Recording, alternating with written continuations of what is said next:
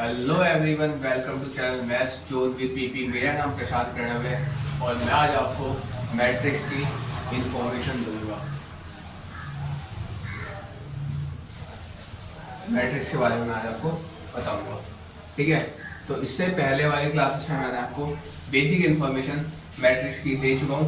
आप वहाँ से जाके मेरे वीडियो के लिंक के डिस्क्रिप्शन में आप लिंक मैंने प्रोवाइड कर दिया है, आप वहाँ से जाकर आप देख सकते हैं। तो आइए हम स्टार्ट करते हैं, ठीक है। तो आज का टॉपिक है मेरा प्रॉपर्टीज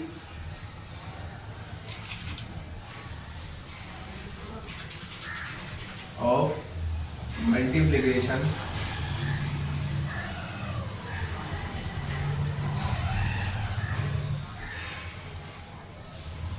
ऑफ मैट्रिक्स, ठीक है। Properties of multiplication of matrix ये मेरा आज का टॉपिक है, ठीक है। तो इसमें पहली प्रॉपर्टी आती है मेरी एसोसिएटिव लॉ।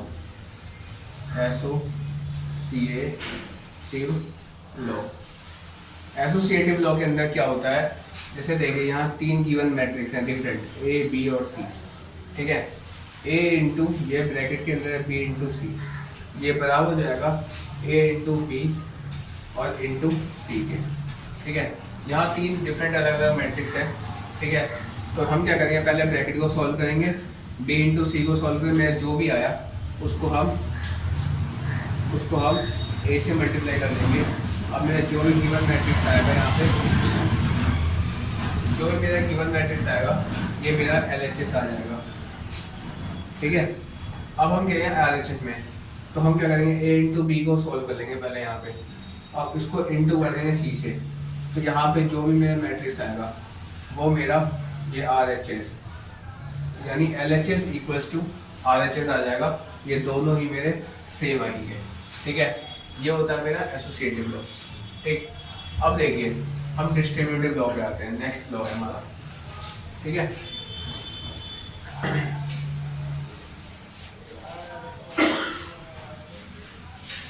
सेकंड है डिस्ट्रीब्यूटिव लॉ। डिस्ट्रीब्यूटिव लॉ के अंदर क्या होता है कि यहाँ पे कोई डिफरेंट तीन मैट्रिक्स है, A into B plus C is equal to A plus B into C, ठीक। ये नॉट इक्वल होगा, ये इक्वल नहीं होगा क्योंकि यहाँ तीन डिफरेंट मैट्रिक्स हैं, ठीक है। तो हम क्या करेंगे, ए को पहले सॉल्व करेंगे और उसको बी इंटू सी से हम सॉल्व करेंगे। यहाँ पे बी प्लस सी को सॉल्व करके पहले ब्रैकेट सॉल्व करके हेल्प करेंगे, फिर यहाँ पे इसको जो भी मेरा मैट्रिक्स आया उसको ए से इंटू करके हम यहाँ पे डाल देंगे, ठीक है। तो ये जो मेरा LHS है ये बराबर नहीं होगा इसके RHS के, ये बराबर नहीं होगा RHS के, क्योंकि यहाँ पे जैसे कुछ भी सॉल्व करा, यहाँ पे मेरे पास कोई भी गिवन मैट्रिक्स आया, इसको हम इंटू करेंगे सी से, ठीक। अब देखिए जैसे मैं आपको एग्जांपल देता हूँ, ए मेरा कुछ भी मैट्रिक्स है, जैसे मेरे पास 3 है, मैं नंबर को आपको समझाने की कोशिश करूँ। ए मेरे पास 3 है और ये मेरे पास 7 आया, इसको सॉल्व करेंगे, बी प्लस सी सॉल्व करेंगे 7 आया, ठीक है। और ये मेरे पास 6 आ गया और ये मेरे पास यहाँ पे सी मेरे पास 3, जैसे सी मेरे पास 3 है, ठीक। सी 3 नहीं, सी मैं लेता हूँ 8, ठीक, सी 8 है। तो इसको इससे मल्टीप्लाई करेंगे तो 7 3 21 आ गया। मैं नंबर लेके समझा रहा हूँ, यहाँ पे मैट्रिक्स कुछ भी हो सकता है, ठीक है। और ये हो जाएगा 48, ठीक है। तो ये 21 48 के इक्वल नहीं है, तो इसी तरह ये डिस्ट्रीब्यूटिव लॉ में ये वाला इसके इक्वल नहीं आएगा कभी भी, ठीक है। हम आइए नेक्स्ट पे आते हैं।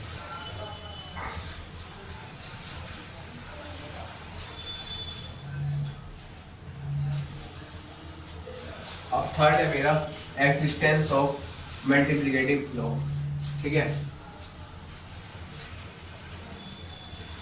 Existence of multiplicative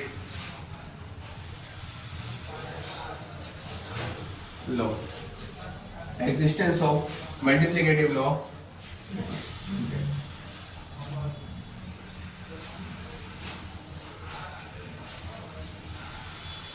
existence of multiplicative law के अंदर ऐसा होता है कि जैसे ए इंटू आई करेंगे, ए इंटू आई करेंगे, ये इक्वल हो जाएगा आई इंटू ए के। ठीक, यहाँ ए जो है ये मेरा गिवन इन क्वेश्चन है, गिवन इन क्वेश्चन, क्वेश्चन में जो भी गिवन मैट्रिक्स है उसको मैंने ए माना है, और यहाँ पे जो आई है ये मेरी आइडेंटिटी मैट्रिक्स है। ठीक है, आइडेंटिटी मैट्रिक्स को आई माना है, यानी ए इंटू आई ये इक्वल हो जाएगा आई इंटू ए के, इसे हम एग्जिस्टेंस ऑफ मल्टीप्लिकेटिव लॉ कहेंगे। ठीक है, आइए हम नेक्स्ट पॉइंट पे आते हैं, ट्रांसपोज ऑफ मैट्रिक्स। ठीक है,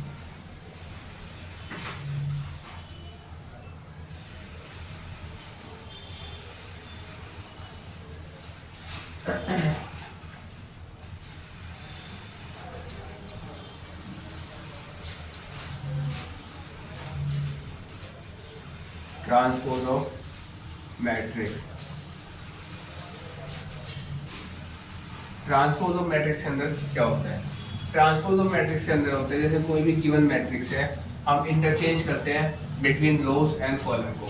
ठीक है, यहाँ मैं लिख देता हूँ interchange between rows and column. ठीक है, इंटरचेंज करते हैं इसको, रो को, कॉलम को। ठीक है, उसको हम मैट्रिक्स कहते हैं, ट्रांसपोज ऑफ मैट्रिक्स। अब हम इसको रिप्रेजेंट कैसे करते हैं वो मैं आपको दिखाता हूँ। तो उसको हम रिप्रेजेंट करते हैं ए के ऊपर हल्का सा ऐसे डॉट डाल के, या ए के ऊपर जैसे ये ए है, ए पे छोटा सा टी बना के। ठीक है, आप इस तरह से भी रिप्रेजेंट कर सकते हैं और इस तरह से भी इसको रिप्रेजेंट कर सकते हैं। ठीक है, ये ट्रांसपोज ऑफ मैट्रिक्स के अंदर आता है interchange between rows and columns. Row को या कॉलम को हम इंटरचेंज करते हैं। ठीक, अब देखिए जैसे ए मैट्रिक्स है, इसके अंदर जैसे मैंने यहाँ पर लिया 1 2 3 4, मैंने 2x2 मैट्रिक्स लिया इसके अंदर।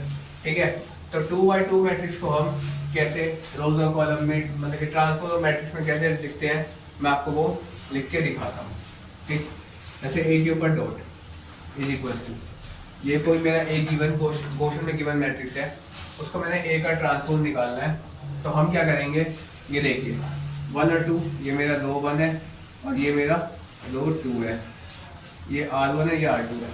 अब मुझे रो को कॉलम में बनाना है, वो मेरा इंटरचेंज हो जाएगा, ट्रांसपोज हो जाएगा।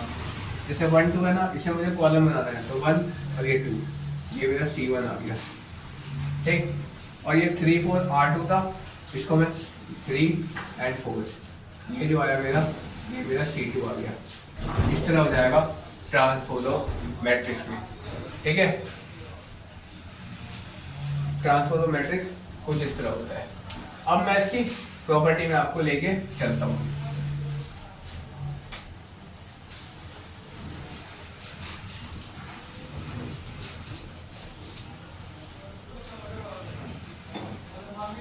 ये देखिए प्रॉपर्टीज,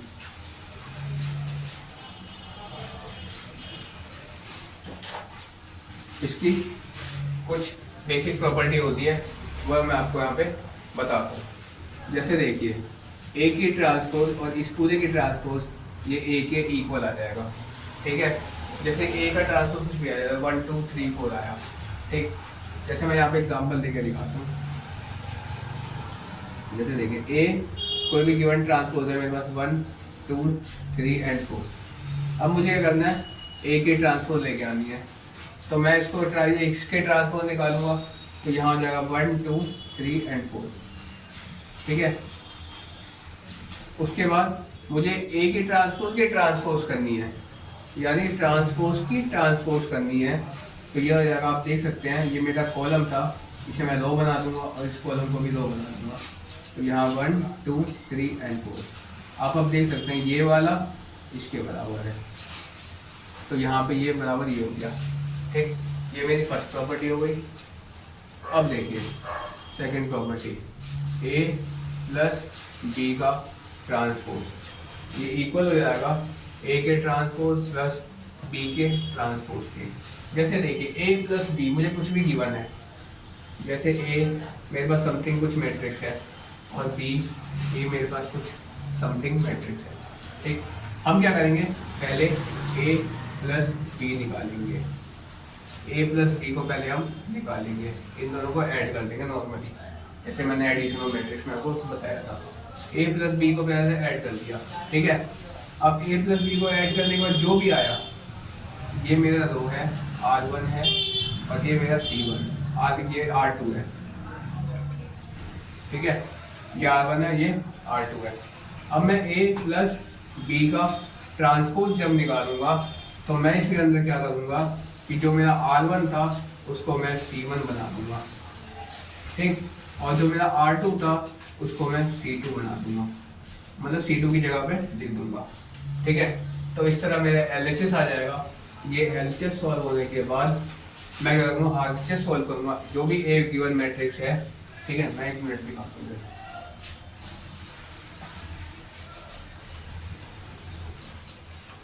जैसे देखिए ए में, अब मैं RHS में आता हूँ, ठीक है। तो मैं क्या करूँगा, इसमें एक जो भी मेरा गिवन मैट्रिक्स है, ए मैट्रिक्स, उसका पहले मैं ए जो भी गिवन है इसका पहले मैं ए की ट्रांसपोज निकाल लूँगा, ठीक है। उसके बाद ऐसे बी जो भी मेरा गिवन मैट्रिक्स है बी, उसके बाद मैं उसकी बी की उसमें ट्रांसपोज निकाल दूँगा। उसके बाद फाइनली मैं ए की ट्रांसपोज प्लस बी के ट्रांसपोज को मैं ऐड कर दूँगा, इन दोनों को आपस में ऐड कर देंगे, जो भी आएगा वो मेरा LHS इक्वल टू RHS आ जाएगा, ठीक है। तो ये मेरा सेकंड प्रॉपर्टी यहाँ पे हो जाएगा, ठीक है। यहाँ पे ट्रांसपोज हो जाएगा बी के ट्रांसपोज, तो यह LHS इक्वल्स टू RHS मेरा हो जाएगा, ठीक। तो इस तरह मेरी दूसरी प्रॉपर्टी हो गई। अब मैं थर्ड और फोर्थ दो प्रॉपर्टी है उसमें आपको लेंगे, आपको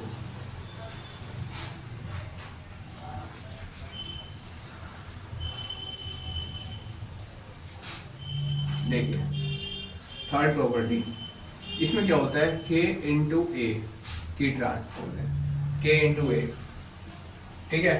तो K जो है मेरा यहाँ कांस्टेंट वैल्यू है और जो A है वो गिवन मैट्रिक्स है, गिवन इन क्वेश्चन।